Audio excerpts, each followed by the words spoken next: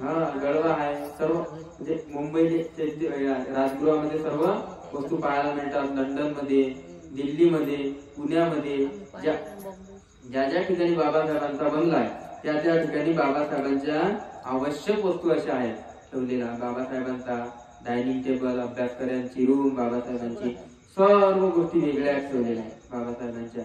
एकही वस्तू इकडे नाही गेली आणि एकही वस्तू इकडे नाही गेली. म्हणून या ठिकाणी आपली पण अशी कोण ठेवली पाहिजे एखादी वस्तू, असं करायला पाहिजे म्हणतात या ठिकाणी. किंवा आपली वस्तू अशी एखादी खाचात ठेवली पाहिजे कोण आपल्या, किंवा नाही हे त्याने करता एवढं माझ्यासाठी म्हणून त्याची आठवण म्हणून मी एक वस्तू ठेवतो. त्याचे पुण्य आहेत ना, तथागत आहेत आणि बुद्ध आहेत आणि बाबासाहेब तसंच आहे. मग हा फोटो म्हणजे फोटो आणि मूर्ती हे काय आदर्श आहेत ना आपल्या समोर, एक उपमा आहे. अरे बुद्धाच्या मूर्तीच्या इकडे पाहिलं, बाबासाहेबांच्या चेहऱ्याच्या इकडे पहा तुम्ही, तुमचे सारे दुःख मिटून जातील. किती दुःखी, किती रोगी, किती बिमार माणूस असला, बाबासाहेबांचा चेहरा आणि भगवान बुद्धाचा चेहरा त्याला दिसला की तो त्याचा आपोआप सारा दूर होऊन जाते. एकदम माणसामध्ये एकदम उल्हास जागते. खरोखर काय सुंदर चेहरा आहे भगवान बुद्धाचा म्हणतात. काय बाबासाहेबांचे त्याग आहे म्हणतात बाबासाहेबांना. ज्याच्या मनात श्रद्धा असते त्याच्याच मनात प्रतिभरती उत्पन्न, अच्छेकाच्या मनात नाही होऊ शकत. या ठिकाणी प्रत्येकाच्या मनात नाही होऊ शकत. बाबासाहेबांच्या त्यागाला जर कोणाची श्रद्धा असेल तरच होऊ शकते. भगवान बुद्धांच्या त्यागाला जर कोणाची श्रद्धा आहे तरच होऊ शकते. अच्छेकाच्या मनामध्ये ते उत्पन्न होऊ शकत नाही. भगवान काय म्हणतात या ठिकाणी त्या दिवशीच्या ग्रंथामध्ये आलं ना, जर कोणत्याही गोष्टीवर जर श्रद्धा आहे तर त्याची काय आहे, मनापासून श्रद्धा आहे. त्या ठिकाणी गोटा असो, चांदी असो, सोनं असो, डाग असो, दागिने असो, त्याची काय आहे, ते तिन्ही वस्तू सोडून त्याची श्रद्धा आहे. त्या श्रद्धेवर म्हणजे चारही वस्तूमधून त्याची ज्या गोष्टीवर श्रद्धा असेल तो त्याच गोष्टीकडे जाणार आहे ना. पण त्याची परिपूर्ण मनातून श्रद्धा असली तर त्या गोष्टीपर्यंत त्याचं मन वळणार आहे असे बुद्ध म्हणतात. या ठिकाणी बुद्धांनी स्वतः कधी सांगितलं नाही की माझी पूजा करा आणि मला अगरबत्ती मेणबत्ती लावा. बाबासाहेबांनी नाही सांगितलं की कधी माझ्या समोर झुकू नका, आहे ना. या ठिकाणी अरे बाबासाहेब बोधिसत्वात मान्य आहे. बाबासाहेब बोधिसत्व असल्याच्या नंतर या जगामध्ये, संपूर्ण विश्वामध्ये बुद्धाच्या नंतर जर भिक्खू वर्ग कोणाच्या समोर झुकत असेल तर ते फक्त बाबासाहेब या जगात पहिले.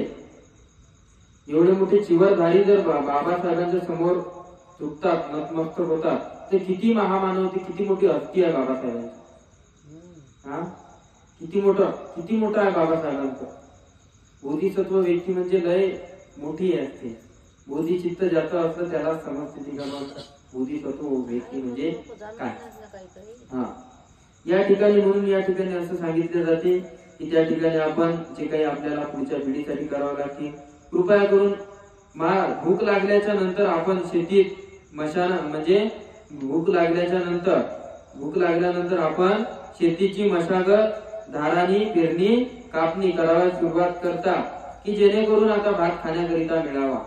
काय म्हणता, आपल्याला भात खाण्यासाठी मिळाला. धानाची पेरणी करतो आपण. ते धान असते ना, ते इकडे नाही करत, ते नागपूर साईडला पेरतात, अतुलच्या इकडे तिकडे तिकडे ते पेरतात, करायला सुरुवात करते जेणेकरून आपल्याला भात खाण्यासाठी मिळावा.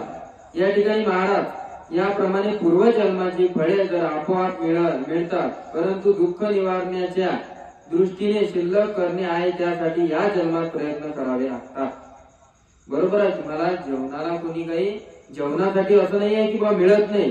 जेवणासाठी तुम्हाला सर्व गोष्टी मिळतात, सर्व गोष्टी अवेलेबल असतात. परंतु दुःखातून मुक्त होण्यासाठी जर असेल तुम्हाला दुःखाच्या व्याधीच्या दृष्टीतून तुम्हाला मुक्त व्हायचं असेल म्हणतात, तर त्यासाठी या जन्मातच प्रयत्न करावायचे असतात. काय म्हणतात, या जन्मामध्ये प्रयत्न करावा लागतील तुम्हाला. पुढच्या जन्मामध्ये तुम्हाला काय, कोणता जन्म आहे, कोणत्या गोष्टीचा आहे, काय तुम्हाला काय मालूम आहे. डुकराचा येते का, मांजरचा येते का, कोणाचा येते का, कोणत्या गोष्टी, मुंगी का, काय आहे की नाही. कर्मावर डिपेंड आहे ना सर्व. भगवान म्हणतात कर्म वैसा उसका फल म्हणतात. म्हणून या ठिकाणी सांगितलेलं आहे ना. कृपा करून उदाहरण देऊन समजावून सांगा. महाराज आपल्या विरुद्ध युद्ध सुरू झाल्याच्या नंतर आपण खंदन खोदणे, तटबंदी उभारणे, दीपस्तंभ उभारणे, बुजुर्ग बांधणे, सैन्यासाठी धानाची जमावट करणे, हत्ती घोड्यांना शिकवण देणे, रथ धनुष्य तलवारी तयार करणे इत्यादी कामे करण्यास आपण सुरुवात करता की काय म्हणता महाराज. आपण आता समजा आपल्या विरुद्ध युद्ध सुरू झाल्याच्या नंतर आपल्या आजूबाजूला असं वाटलं आपल्याला का युद्ध चालू आहे. युद्ध चालू असल्याच्या नंतर आपल्या मनामध्ये उत्पन्न झालं. आपण खंदन खोदणे, तटबंदी उभारणे, दीपस्तंभ करतो, या ठिकाणी बुजुर्ग बांधणे, आपलं जे काही सैन्य असतं त्या सैन्यासाठी जे काही असतात त्या सैन्यासाठी ते बांधले जाते. प्रत्येकासाठी असा हॉल म्हणा काही म्हणा ते बांधले जाते, उभारणी केली जाते. आणि धान्याची त्या ठिकाणी त्यांना खाण्याची जमावट करणे, हत्ती घोड्यांना शिकवण दिल्या जाते, रथ धनुष्य बाण तलवारी अशा सर्व गोष्टी काही कामे करण्यास आपण सुरुवात करता की काय नाही म्हणतात महाराज. याचप्रमाणे पूर्वजन्मीची फळे जर तयार आपोआपच मिळतात, परंतु जे काही शिल्लक आहे त्याच्या पूर्वतीसाठी खरे प्रयत्न या जन्मात करायचे असतात. जे काही खरोखर मिळालेलं असेल तुम्हाला या जन्मामध्ये सत्यवादी तुम्ही प्रयत्न करा. कारण की पुढचा जन्म कोणाला माहित आहे कोणत्या गोष्टीचा आहे, काय आहे, तुमच्या कर्म कोणत्या प्रकारचे आहे आणि तुमच्या कर्माला चालून फिरून तुम्हाला कोणत्या प्रकारचा जन्म होतो हे कोणाला माहिती नसते ना. आपण तर बुद्ध होता, आपल्याला समोरचं सर्व माहिती आहे ना. या ठिकाणी नाही आपल्याला काहीच कोणत्या गोष्टीची माहिती. म्हणून जसं काय चालते जे काही ज्या ठिकाणी पुण्य संचय करण्याची आपल्याला संधी लाभत असेल तर त्या पुण्यामध्ये सहभागी व्हायलाच पाहिजे. म्हणून महाराज याचप्रमाणे पूर्वजन्माची फळे आपोआपच मिळतात, परंतु या जन्मामध्ये त्याच्यासाठी प्रयत्नशील राहावं लागते म्हणतात. भगवान बुद्धाने देखील म्हटले आहे की प्रसन्न राहून बुद्धिमान माणसाने असेच कार्य करावे. मन आपलं चिंतन म्हणून आपलं प्रसन्न ठेवावे आणि प्रसन्न चित्त ठेवून आपण जे काही बुद्ध धम्म संघामधलं कार्य करावे की जेणेकरून त्यामुळे आपले हित होईल, आपल्या सुखासाठी.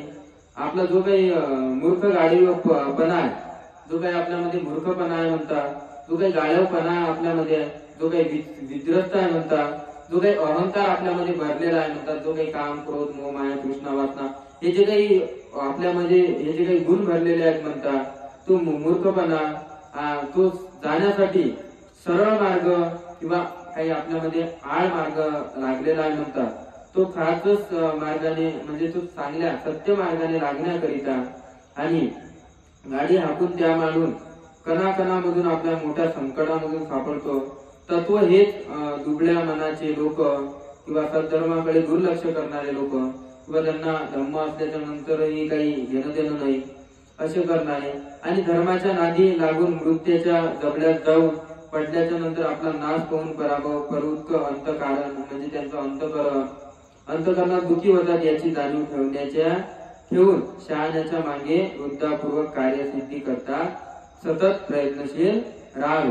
म्हणजे या ठिकाणी काय म्हणतात, बुद्ध काय म्हणतात ते म्हणतात की बुद्धाने सरळ सांगितलं, सरळ आणि सोपं सांगितलं की बाबा प्रसन्न चित्तानं बुद्ध धम्म संघामधलं कार्य करा, जेणेकरून आपल्या हितासाठी सुखासाठी कल्याणासाठी कुठं ना कुठेतरी ते आपल्याला वाचवणार आहे.